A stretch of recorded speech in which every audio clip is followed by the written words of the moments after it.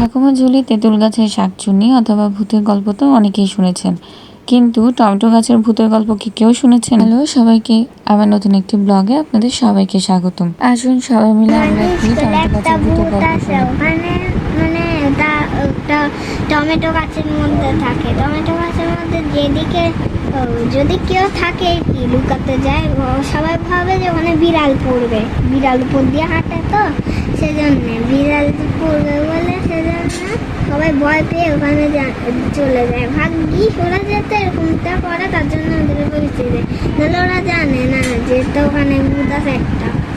ভোর 5টা বাজে ওঠার কারণে ওটা 7টা বাজে ওঠাকে, আমাদের স্কুল 8টা বাজে শুরু হয়, তখন এটা দেখা যায়।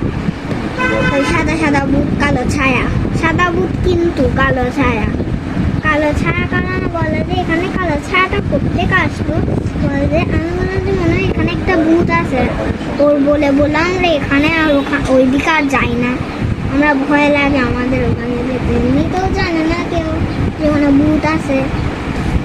ওখানে অন্নপূর্ণা বলছে এই আমি চল ওখানে আমরা লুকাবো, সমাধিটা খুঁজতে খুঁজতে। আমি বলছি না লুকাস না, ওখানে একটা ভূত আছে। মানে ভূত না, তো ভয়ঙ্কর একটা ছড়া পাইছিলাম আমি, ভূত আমার ভূত পেতনি আমার ঝি আমরা সাথে আছে করবি আমায়। এটা বলার পরে আর ভয় নাই, এটা বলার যখন বলছে তখন বলছে যে এই আমাদের আর ভয় লাগবে না, চল এখন আমরা খেলি।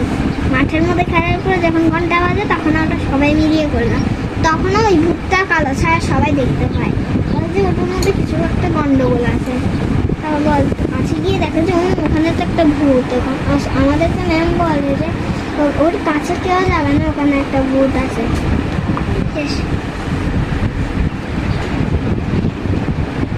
আবার কি হলো,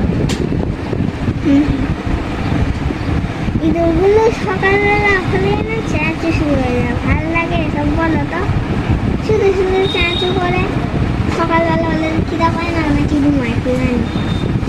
আমার মা তো বললো যে ঘুমায় সকালবেলা চেঁচু করে, খালি খাটের নিচ থেকেই তো সব ইঁদুরের আওয়াজ শোনা যায় এদিক থেকে।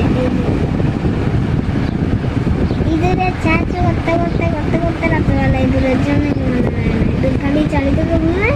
আর একদিন আমার খাটের তলায় উপরে উঠে গেছে, নিচে ঘুমাইছিলাম না আগে নিচে ঘুমানোর আগে মানে ঢুকে গেছিল ভিতরে। ভাল লাগে বলো তো এসব,